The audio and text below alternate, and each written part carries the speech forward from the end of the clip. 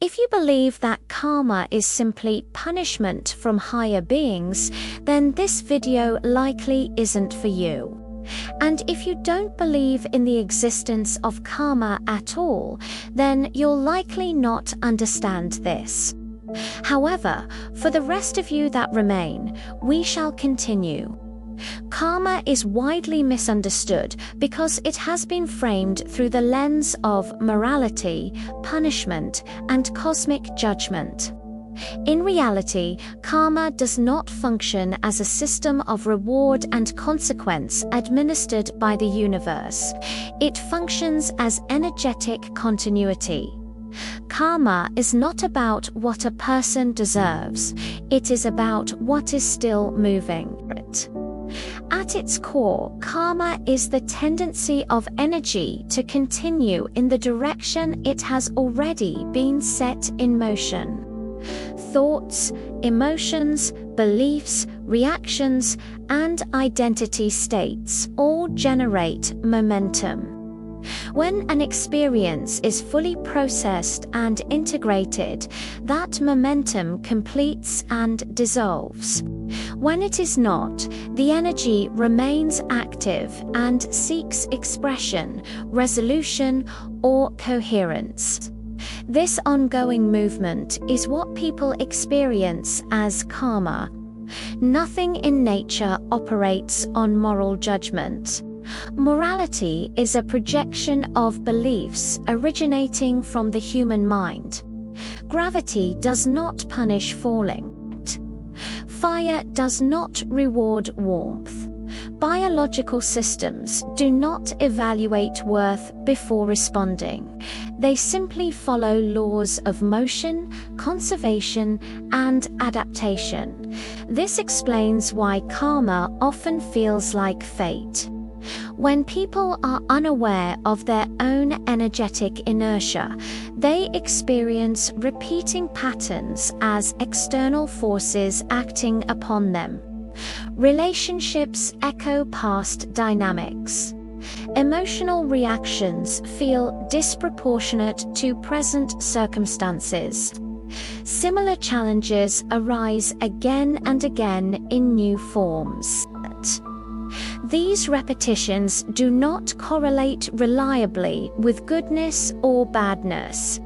Kind people suffer. Harmful people sometimes thrive. Innocence does not exempt anyone from pain. What does correlate is unprocessed experience. Modern psychology describes this phenomenon without using the word karma. Trauma loops, repetition, compulsion, conditioned responses, attachment patterns, and cognitive skimmers all describe the same underlying mechanism. An adaptive response is initiated during an overwhelming or formative event. If the system cannot complete that response safely, the energy remains mobilized. The individual unconsciously recreates conditions where resolution might occur. This is not punishment, it is unfinished regulation. Trauma embeds karma deeply because trauma disrupts time and awareness. When the nervous system is overwhelmed, presence narrows, memory fragments, and experience becomes implicit rather than conscious. Later, the body reacts as if the past is still occurring. The person feels acted upon by forces they cannot name. Karma appears external because awareness was absent when the original momentum was created. This also explains why suffering does not resolve karma. If pain were the mechanism of release, trauma would heal trauma. Shame would dissolve patterns. Because karma is energetic rather than moral, intention matters more than action. Two people can perform the same behavior from entirely different internal states. One may act from fear, fragmentation, or self-abandonment. The other may act from clarity and coherence. The external action looks identical, but the internal imprint is not. Karma tracks the state of being from which an action arises, not the action itself. If someone does the same things but does not get the same results, their conclusion is often life isn't fair, or I must be cursed, or maybe I'm a bad person.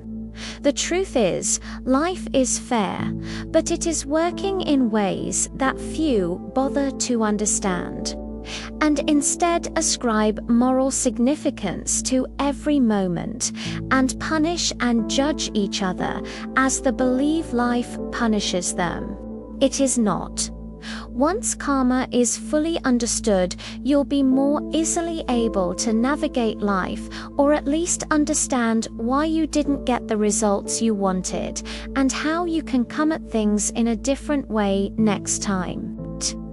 Even the idea of karma across lifetimes does not require belief in reincarnation to make sense. Energy can outlast narrative. Patterns can persist beyond identity. See video on timeline echoes. What spiritual traditions called past life karma can be understood as unresolved momentum carried forward until integration occurs.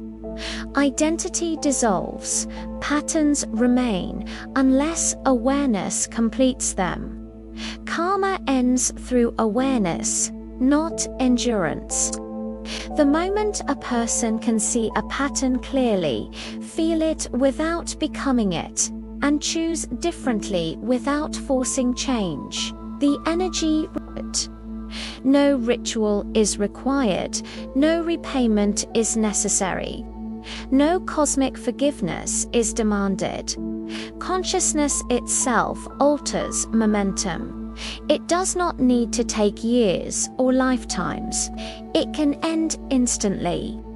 For some people, karma manifests loudly through dramatic repetition and crisis.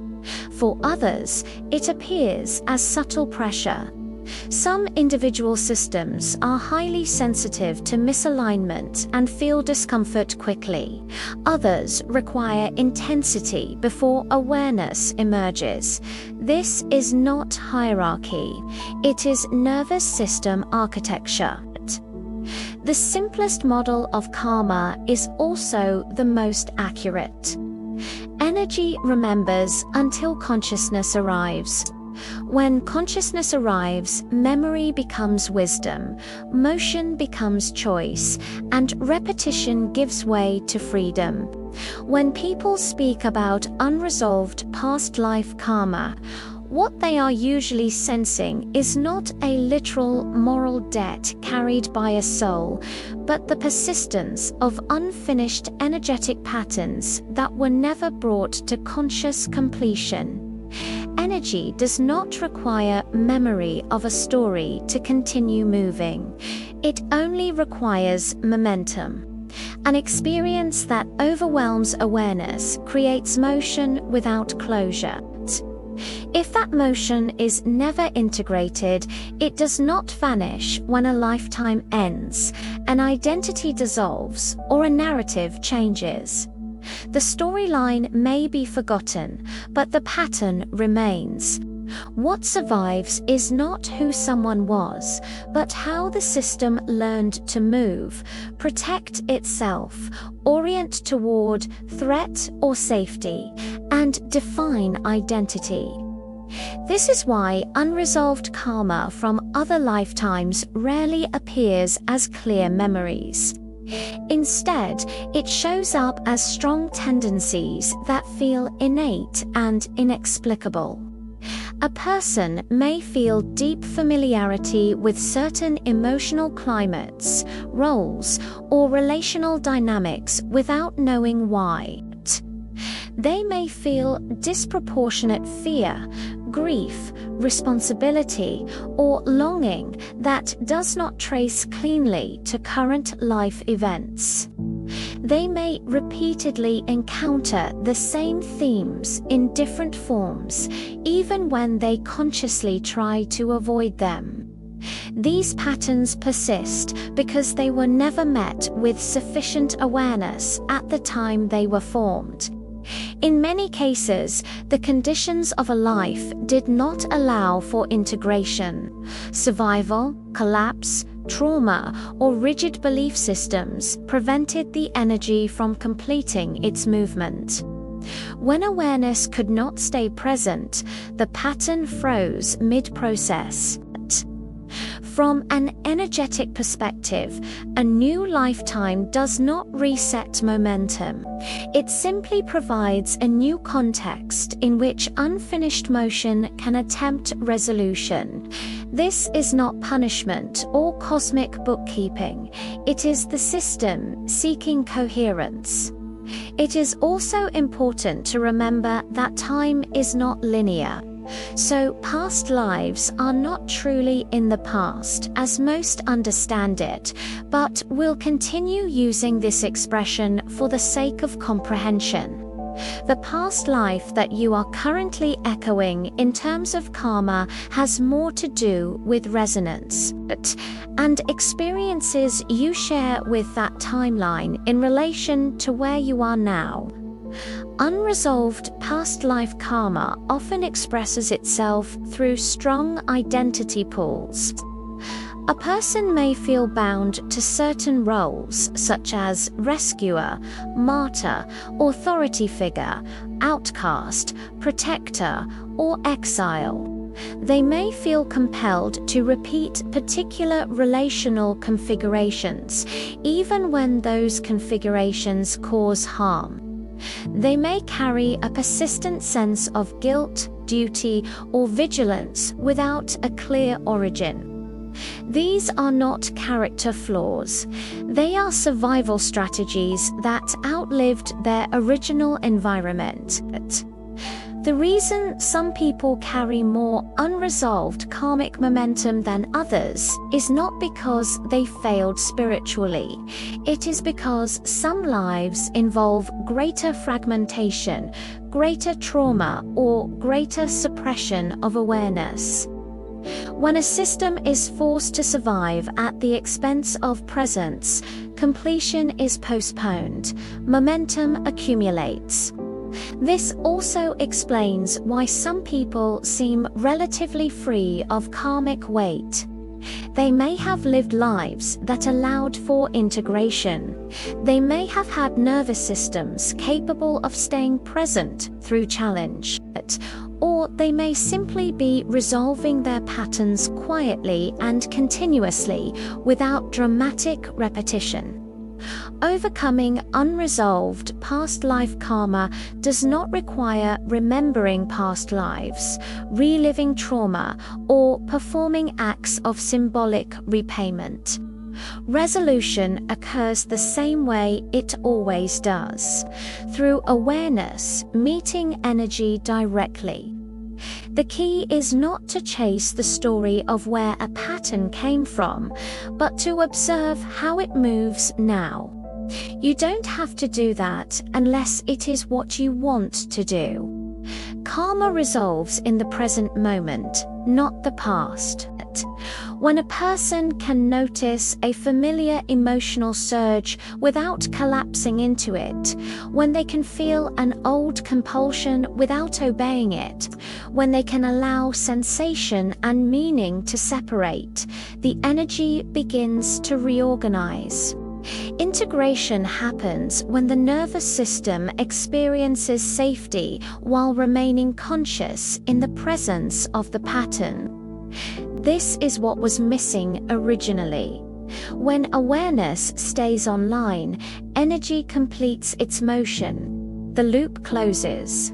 Choice is the natural result of integration, not its cause. As karmic momentum dissolves, behavior changes effortlessly. The person no longer needs to fight the pattern or transcend it. It simply loses its charge. This facilitates a timeline collapse. Importantly, karma does not resolve through avoidance or spiritual bypass. Suppressing a pattern does not integrate it. Ignoring it does not complete it. Resolution requires contact without identification, feeling without becoming, seeing without reenacting. When unresolved karma completes, it often leaves behind a sense of neutrality. The emotional intensity fades. The pattern no longer defines identity. What remains is understanding without compulsion, memory without charge. This is why awakening does not feel dramatic for everyone. For many, it feels like gentle relief or a subtle exhale. Past life karma ends the same way all karma ends, when consciousness arrives fully enough to allow energy to finish what it started. Karma is not a burden carried across time. It is unfinished motion waiting for presence. When presence is sufficient, even the oldest momentum finds rest.